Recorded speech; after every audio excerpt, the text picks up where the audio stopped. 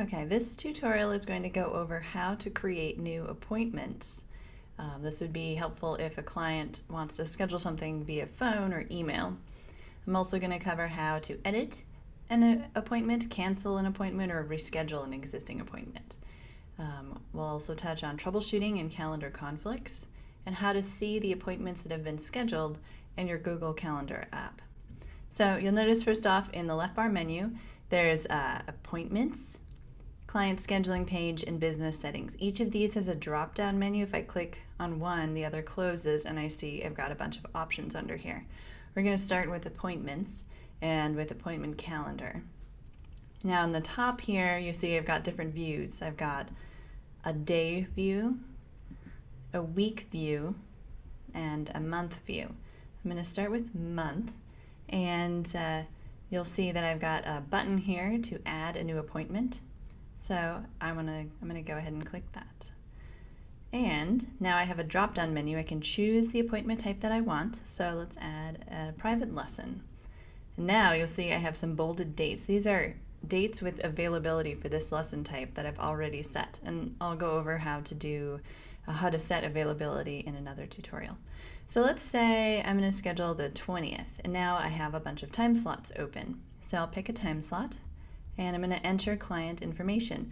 So I'll start typing, and you'll see right away that some suggestions pop up. So I'm going to pick one of these, and it autofills for me, which is very handy.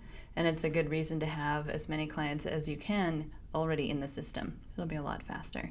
So then I can add some notes or a coupon code if I want.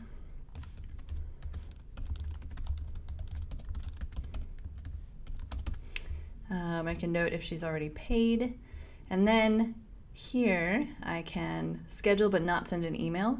I think it's better to just schedule and let the email go out, but I wanted to show you that when I click this, it's scheduling, and the client will get that confirmation email, which we'll go over in another tutorial as well.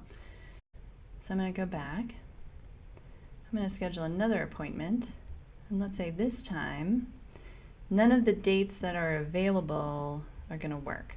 But I know that I have some availability that isn't shown here. So I'm going to click Custom, and I'm going to pick a day and a time.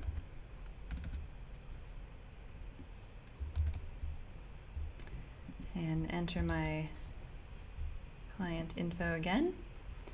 And you see here there's a warning, time conflicts with another appointment or is outside the hours. So if I'm not sure what the problem is there, I can click View Day, and it takes me to that day, the 16th. And you can see here that appointment is on a Wednesday, and I said 2 o'clock, and it looks like that is overlapping with the pack hike.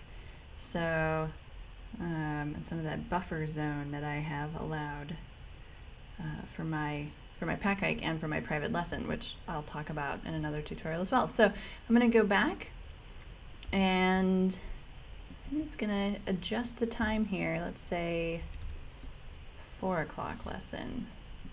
Now it's still telling me that there's a conflict, but I know it's because it's outside of the hours of availability that I set. It's not actually going to conflict with another appointment time. So I'll go ahead and click Schedule. And you can see here there's that warning again. It's outside your business hours, but it was successfully scheduled because you're an administrator. So works for me. Now I'm going to talk a little bit about editing appointments. First, I can search for something rather than clicking through all the months or all the weeks.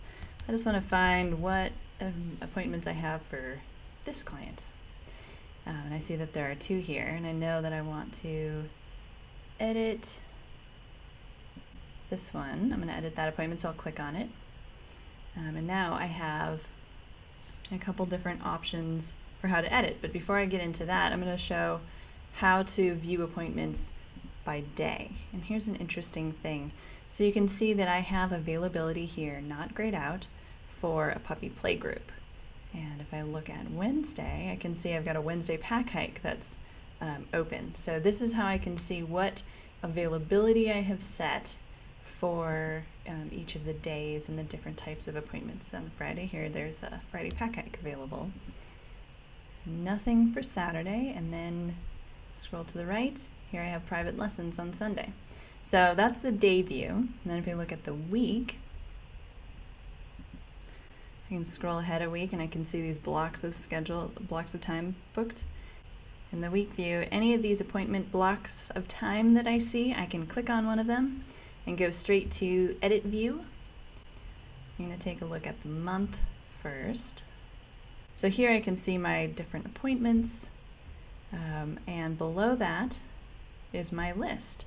So if I want to click here, it'll take me down to the list and highlight the appointment in the list view at the bottom of the month. And if I want to edit that appointment, I can click on it and just start editing.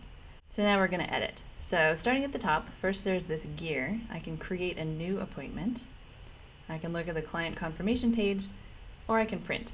Now I want to show you really quickly, the client confirmation page is pretty cool. This shows what information they got after they scheduled, or what they would have got if they had done it online.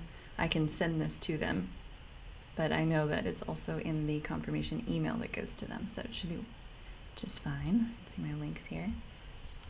Okay. Next I can edit, and so I can change the appointment type.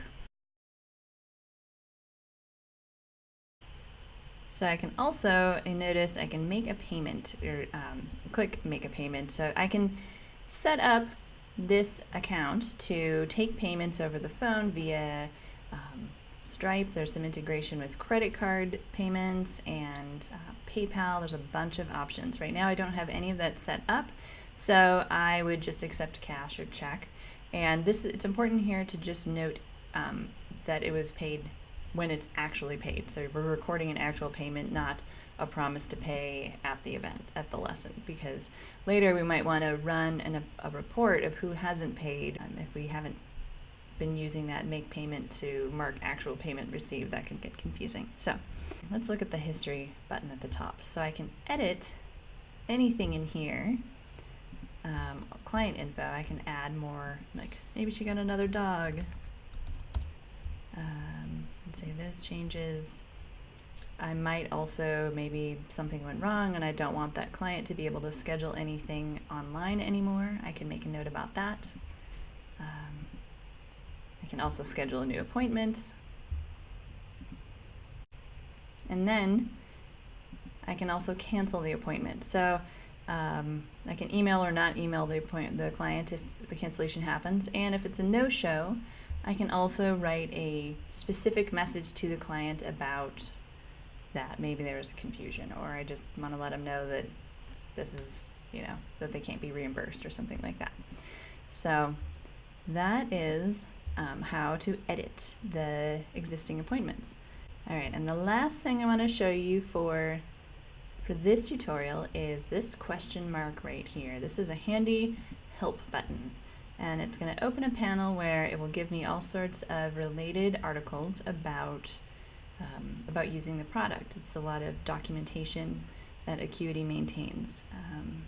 Some troubleshooting things, how to do tasks related to this window and this view. And you can also search for different topics here if you need to. Okay, and before I forget, the last thing I want to show you is how to see appointments that have been scheduled on a Google Calendar. So if you're out on a pack hike and you're wondering if you need to hurry back for a private lesson because you know you have availability, then you can open your phone and go to the Google Calendar app. And I'm going to show you this on the desktop, but you'll be able to get the idea. In Acuity, we can see there's on the 16th, there's a 3:30 and a 4 o'clock private lesson. And here are my 2 appointments. So I would see that on my phone right away. So the Down to Earth Dog Lady Acuity account is linked to the Down to Earth Dog Lady Google Calendar and Gmail account via this calendar right here called Appointments. So on desktop, I can click this to turn it on and off. You can see which ones are connected.